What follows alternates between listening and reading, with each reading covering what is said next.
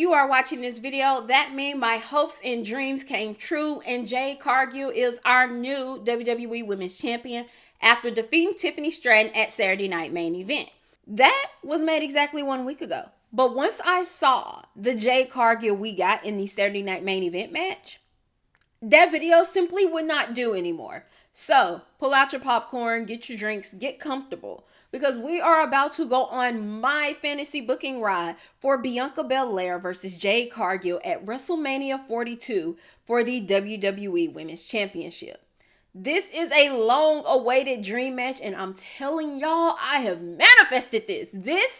This is for me. This is for me. Because as you all know, this is a Big 3 Agenda Stan account, and I'm going to push it every time. I have been patiently waiting and sitting back and enjoying as each one of my girls got their moment. Bianca in the first half, Naomi in the middle, and Jade Cargill to end 2025 off right.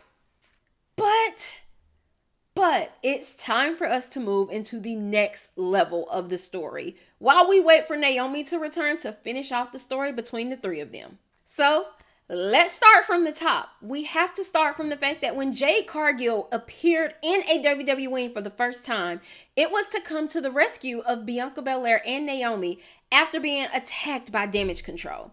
The three of them would go on to eventually name themselves as the Big 3. Oh, what a time that was. And have their one match at WrestleMania. Personally speaking, I think the Big 3 should have been a movement. It should have went on far longer than what it did, but alas, it was never meant to be. We did get Bianca and Jade as two-time tag champions who absolutely was dominating anyone who stepped in the ring against them. I truly love this era simply because when they were a part of different promotions, Jade Cargill in AEW, Bianca Belair in WWE, all people could talk about was seeing them square off in the ring one-on-one. Outside of their little stare-off in Royal Rumble, they didn't give us a chance to see these two as enemies. They teased us for the future, but it was very clear that their friendship was what was on the table. And for me, that was just such a swerve from what everybody expected. We all expected to immediately get Jade Cargill and Bianca Belair battling to see which one of them on top, trying to see which one of them could outdo the other. And that is not what we got at all. I'm here for it. Of course, we all know the tragic ending of their title reign as we were going into War Games, which again, exactly 1 year ago from where we are now, Jade Cargill was brutally attacked and left laying prone on a car, while Bianca Belair was in a qualifying match to get a chance at the Women's United States Championship. Bianca would leave the match to go check on her tag partner, but we all spent the next 3 months wondering who attacked Jade Cargill. From Nia Jax to Liv Morgan, from Candice LeRae to Bianca and Naomi themselves, everyone was a suspect and no one was safe. That is, until footage was revealed that Liv Morgan and Raquel Rodriguez were actually hanging around backstage at SmackDown the night of Jade's attack. So, as any friends would do, Bianca and Naomi went to get it back in blood. They went and they were dragging those women, even though they would eventually lose Bianca and Jade's original tag team championships, which Naomi selflessly stepped up so Bianca would not have to drop those tag titles, and Bianca and Naomi became our new tag team champions, though they would drop to Liv Morgan and Raquel right before Elimination Chamber. And this is when the story gets good. Because right as the chamber match is about to start, you have Naomi on one side, Bianca in a pod, and Liv Morgan on the other. Jade's music hits, and she comes out in all black eyes, hair back, and she looks like a beast. And just like Bianca, I was sitting at home like, oh, Liv, you're finna meet your ender. You are meeting your maker. And well, Liv Morgan wasn't, but Naomi sure was. Bianca was forced in a pod to watch this attack on Naomi while she's confused. She doesn't understand what's going on because no, you have the wrong person. There's no way Naomi did this to you. Not my sisters. Well, that next SmackDown, Naomi and Bianca would stand face to face as Naomi did in fact admit that it was she who attacked Jade Cargill. From that point on, we don't get a lot of interaction between Jade and Bianca. They had one stare down at that moment where Jade went on to pay attention to Naomi and let Bianca pass. And then there was a few times they would cross paths, but Jade Cargill would never say anything to Bianca. She simply looked at her. And that always stood out to me because why is Jade not saying anything? Does Jade question Bianca's loyalty? Does Jade think that Bianca has something to do with it? Or does Jade know something that we do not know about Bianca Belair? Saturday night's main event saw a Jade Cargill that WWE audiences were not used to. This Jade was dominant. This Jade was ruthless. This Jade was brutal. This Jade did not care about anything but inflicting pain and getting gold. And truthfully, I love it. Even on SmackDown, Jade has made it clear that she no longer has patience to stand by and wait for an opportunity. She took hers and it got her gold. On this recent episode of SmackDown, she kept what she had to say to us short, simple, sweet, and to the point. I'm that bitch.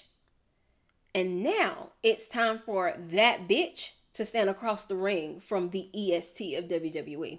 With the history out of the way, let's get into what I would do if I had the pen to write Bianca versus Jade heading into WrestleMania 42. Bianca Belair has not been seen in action since April, though she did appear at Evolution and was a special guest referee. We are getting word that Bianca is not coming back this year. And while that is so sad to me as an estate member, that's okay because I'm okay with Bianca Belair becoming the first two-time Royal Rumble and two-time Elimination Chamber winner as a woman. It just sounds good to me. Now, Bianca Belair can enter at any number, but I have two options. Either she enters at 30 as the big surprise, as oh my God, Bianca's back. Or she does what the EST does, and she enters at number 1 or 2 and wins the Rumble and becomes the Iron Woman of Royal Rumble. I'm pretty sure again, because I'm pretty sure the one time she won, she was also the Iron Woman, but I could be wrong. Now, for that night, though this does not matter, I would like to also see Jade Cargill versus Charlotte Flair for the Women's Championship, with Jade, of course, coming out on top. Though Charlotte was able to put up a good fight, she's no match for Jade's dominance, for Jade's strength, for Jade's power. Just like everyone else, Jade is able to pull it up over on Charlotte and get the pin. Slight work. Now, I'm not going to say it's just as easy as everybody else Jade would have bulldozed through by then, but it's not as hard as we would expect it to be. No, that's saved for the EST. What I would like to see is Bianca not immediately go after Jade. I want them crossing paths, one coming to the ring while the other is walking by. And that stare down to be filled with such tension, such emotion, that it just leaves you unsettled, that it leaves you with questions and wondering what could possibly happen next. Before one of the other, whether it's Jade Cargill or Bianca Belair, calls the other to the ring and says, you want it, I got it. If it's Bianca, hey, you won't tell me what your problem is and I'm done trying to figure it out. If you're done with this sisterhood, so am I. If you're done with friendships and waiting for your turn, so am I. I haven't held gold in years, baby. It's my turn. As for Jade, she's not the type to sit around and wait for you to make a decision. No, baby. It makes perfect sense for Jade to be the one to tell Bianca, I know you want it, come get it. I don't trust you. I don't know if you had anything to do with Naomi attacking me. I don't know if you knew about Naomi attacking me. But either way, I no longer trust you. Because you share my championship with my enemy. Because you didn't do enough. Because it's your fault that this even happened. There's obviously a lot of tension and animosity being shown between Bianca and Jade. And well, Bianca makes it clear. I want you. At WrestleMania, it's me and you, and we'll finally see which one of us is on top. And all Jade does is smirk and says, bet, and walks out. That's it. We don't need to do a whole lot of talking here. This isn't about talking. This is about proving which one is on top. This is about proving who that bitch truly is. There's a slight bit of respect here, even though they don't like each other anymore, even though they're no longer sisters, even though they no longer have that same type of camaraderie. There's still respect because they know exactly who the other person is. These are both two of the most dominant women that we see within this company. They're both strong. They're both beautiful. They both hold power like no other. And they both could ragdoll the hell out of 90% of the roster if they truly wanted to.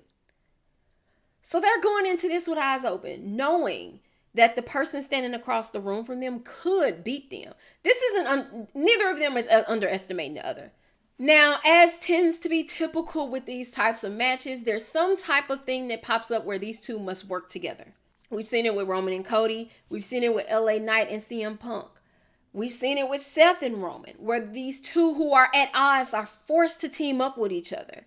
And while we see that same beautiful tag team work, there's an underlying current there because both of them wants to be the one who gets the pin.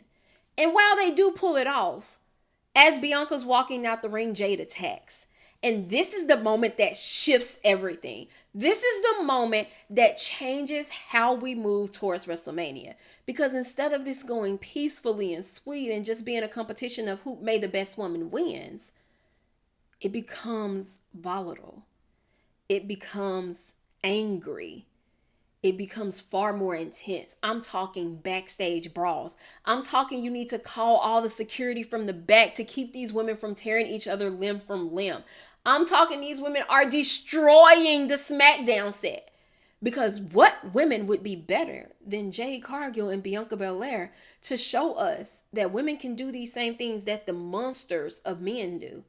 And what is Jade Cargill and Bianca Belair if not monsters in their own right? I'm not going to include a contract signing in here because for me, the contract signing would be mostly civil. It would give us that stare down, that big fight feel. The two of them just smirking at each other with the face cards being absolutely immaculate. But it's this lead up to WrestleMania when things get crazy. If Jade is in a match, Bianca's interfering. If Bianca's in a match, Jade is interfering. One of them is on commentary just enjoying life, being whoever they are. For instance, it could be that before she reaches Bianca Belair, Jade has one final opponent to get through. Just one. And as Jade is sitting ringside on commentary showing off who she is, Bianca Belair jumps the barricade and attacks her. It takes every security they have to pull these two apart. And that is how we get towards WrestleMania. Over those next couple of weeks, they are keeping these two women apart. This is why there's no contract signing. Yeah, they could have did it early and it could have been civil, but let's say we waited until Jade Cargill retained her championship and we knew that was the champion going into WrestleMania. Well, Nick is not going to take the chance of these two destroying each other before we get to Mania. No. He's going to keep them fully separated. Any promos we get after this point will be via satellite, where we have to see these two sitting in completely different areas because you're afraid of what they can do if they step into a ring too early together. At WrestleMania, these two give us the biggest, the brightest, the best entrances of the night. I'm talking glitz, I'm talking glam, I'm talking dominance. These are two of the very best. And as they stare at each other in the ring, as that bell rings, as they're taking in that moment, that's when you know whatever happens next is going to be big. Now, who's to win, who's to lose, how this match ends, none of my concern right now. It won't be my concern until it happens and I see how things play out leading up to this match. But let me know how y'all feeling. Do you think we're getting Jade Cargill and Bianca Belair at WrestleMania? Is it time for this dream match to happen, or is this something we should hold off on a little bit longer? If you enjoyed this video, make sure you like it, subscribe to my channel, and turn on post notifications so that you're notified every time I post. And if you enjoy these types of videos, let me know down in the comments because I may have another one up my sleeve. You never know. Until the last bell rings, bye guys.